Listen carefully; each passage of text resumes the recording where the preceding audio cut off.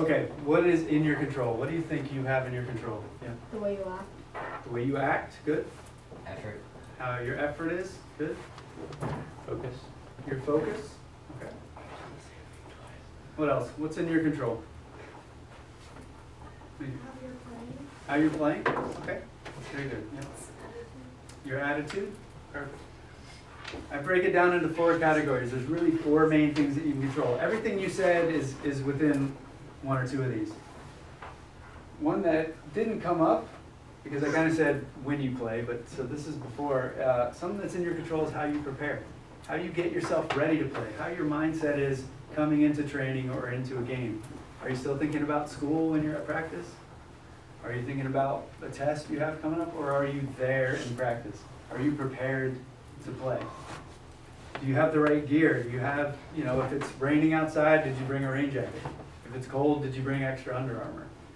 Those are things that you have in your control. Preparation also has to go with being in shape and training, and you know what you need to be doing. It also has to do with eating the right foods, getting the right rest, hydration, all that stuff. Preparation's in your control. Attitude, how you act, how you play, how you react to people, how you communicate. Attitude, that's in your control. Effort level, that's easy, that's in your control. The last one is the present moment, which is a little more abstract, and most people don't get that right away. But that just says that you have in your control what you're doing at the moment, in the moment that you're in. You don't have control over what happened 5 minutes ago. You don't have control over what's happening tomorrow or next week or next year. But a lot of the athletes I see, they get very hung up on that. They get a mistake, gets stuck in their head, and they're living in the past, and then they're not able to execute a task that's easy for them to do. Or they're thinking way too far in the future. Oh man, if we lose this game, then this will happen, that'll happen, and they start playing the what if game. What if this happens? What if that happens? That would be terrible. What if that happens? Something interesting about humans is we can build up these scenarios in our head of things that haven't happened, and they seem very real. And if you've ever had a really negative thought ahead, like, man, what if we lose? What if I mess up? What if we get a PK and I miss it? You start to get very kind of negative. We want to make sure we're in the present moment and just, what can I do about it now? But if you prepare to the best of your ability, if your attitude is strong and you're always confident and standing up tall, working as hard as you can and taking the game moment by moment, does that give you the best chance to get the result you want?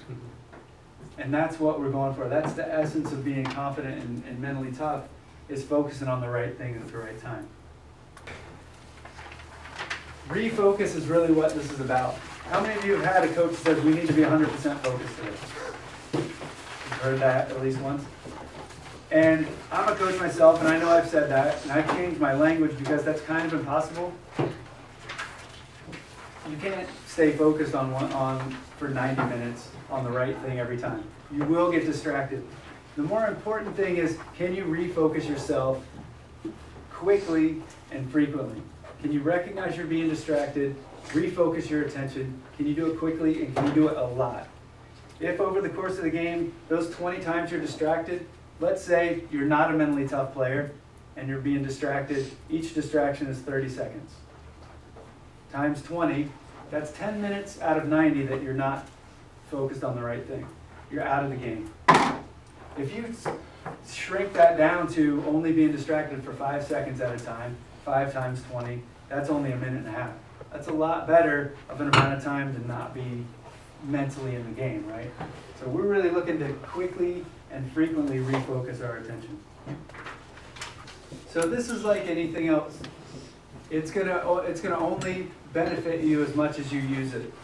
All right, so take this information, and next time you go out to a game or a practice, make sure the mental game is on your radar as something you're building, right?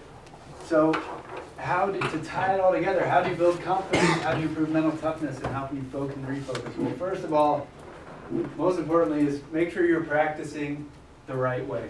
Practice with focus, practice with intensity, practice with a goal and a purpose in mind. Know your goals. Where are you trying to get, and what can you do about it in the moment?